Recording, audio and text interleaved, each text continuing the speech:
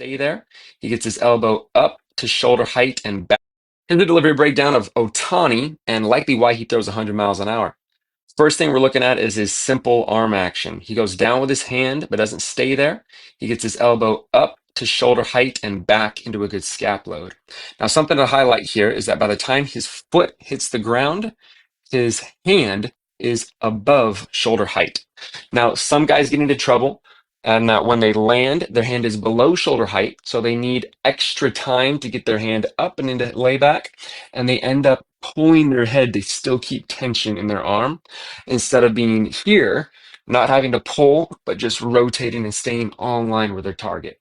So Otani does that really well. He also keeps a really loaded back leg throughout the majority of his delivery. So right here, he's stacked over that back foot. If we draw a straight line up from the foot, we can see his knee and his shoulder haven't really gone away from that line. And he stays there. Even as his body is translating forward as he strides, he's still staying back with that knee. So still in that loaded position until right before he lands. Now it's an explosion of rotational power through his hips going into that front leg. He's still keeping his chest rotated back, so he's got hip to shoulder separation. You can see that stretch through that right pec there. Now, something that he does is he lands very bent, but he doesn't stay there. As he's coming through, he blocks rotational power going forward. So instead of leaking power here, he redirects it up the chain and out his arm to be a human whip. So that is Otani's delivery.